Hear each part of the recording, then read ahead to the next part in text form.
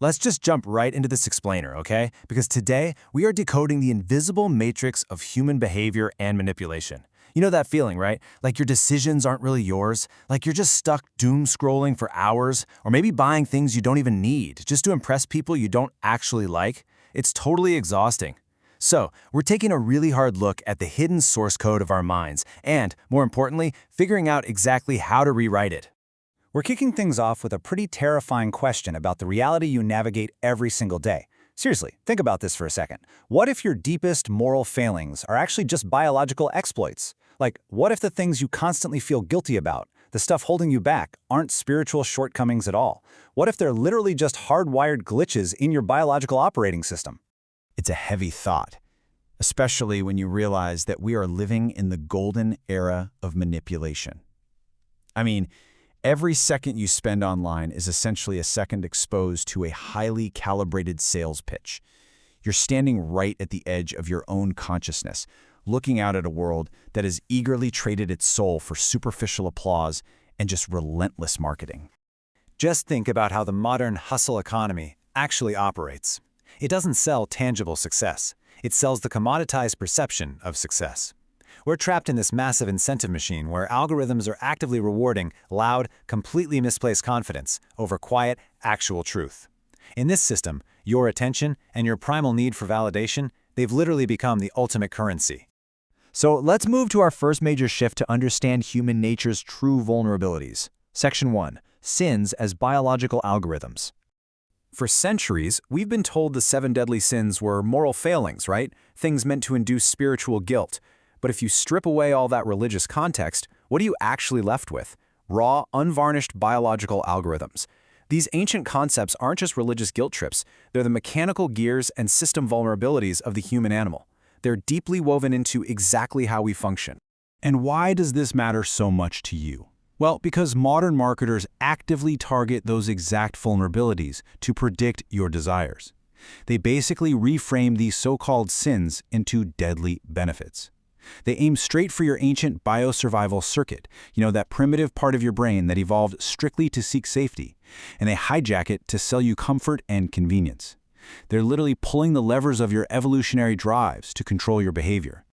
Let's zoom in and see what one of the oldest exploits actually looks like in the modern world. Section 2. Pride, the ego's delusion. You've got to forget about pride as just simple arrogance. Real pride? It's the supreme delusion of the ego.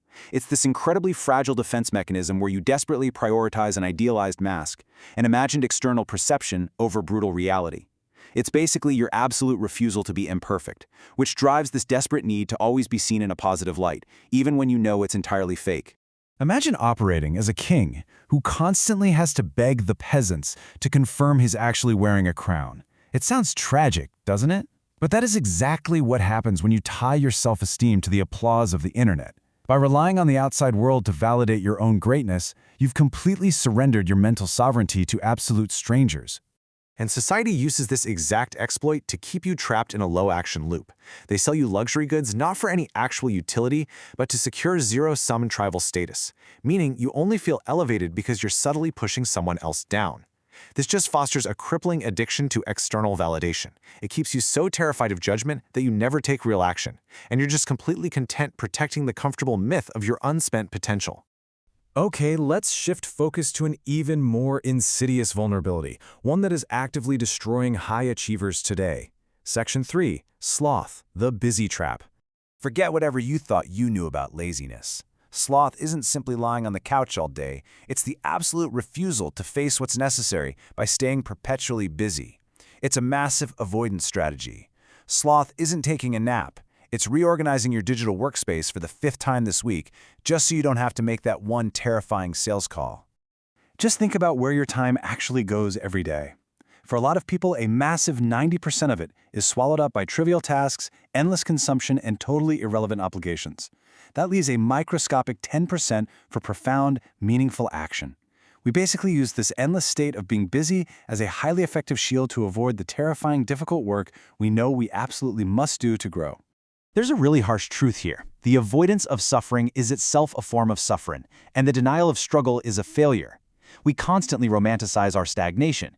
We label our endless reading, planning, and so-called deep thinking as reflection, when in reality, it's just a highly sophisticated intellectual addiction that we use as an excuse to delay real, material action. And the Matrix heavily feeds this sloth by drowning you in practical life hacks, templates, and endless productivity systems. But let's be totally honest. Executing 100 hours of chaotic busy work just to avoid doing the one high-leverage task you're terrified of doesn't make you a hard worker. It effectively makes you a self-entitled slacker spinning on a hamster wheel of overwhelm. All right, let's pivot away from the problem and get into the actionable solution. Let's figure out how to patch your source code to survive this matrix. Section 4. The Sovereign Override. To achieve true freedom, you've got to radically shift your operating framework. You can no longer function as a subject, desperately seeking a ruler to tell you what to do. Instead, you have to start seeing yourself as a nation, a completely sovereign, self-contained entity that answers only to its own uncompromising internal laws. Think of your mind as an internal nation. Your true self has to step up and act as the president. You are governed by a constitution made up of your unshakable moral code and values. And at the borders, you need a security force of ruthless self-control. Your self-respect is the happiness index of this internal nation, and you must never, ever let foreign entities dictate your domestic policy. So how do you actually execute this? Well, you have to aggressively hijack your own incentive structure. Right now, your brain rewards you with cheap dopamine whenever you get a like or a validating comment. You have to consciously rewire that machinery, stop rewarding the comfort of inaction, and deliberately incentivize your own execution, discipline, and absolute independence. This requires a totally new sovereign procedure. First, you've got to override that primitive biosurvival circuit by actively training yourself to crave the discomfort of the unknown. Second, sever your self-worth from your social status and fiercely refuse the approval of the herd. And finally, build a fortress. Enforce non-negotiable boundaries and immediately shut down anyone or anything that disrespects your absolute minimum standards. This brings us to a beautiful piece of ancient wisdom perfectly reframed for the modern sovereign individual. Before enlightenment, chop wood, carry water. After enlightenment, chop wood, carry water.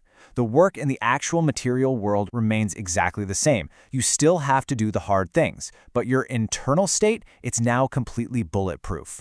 So, here is the final question I want you to sit with today as we wrap up this explainer. The Matrix will always be whispering for you to go back to sleep, trying to pull you back into the warm comfort of those biological exploits. But now that you're awake and you finally see the strings, what will your next move be? You are the architect of your own universe now, so step out of your mind and into the friction of reality.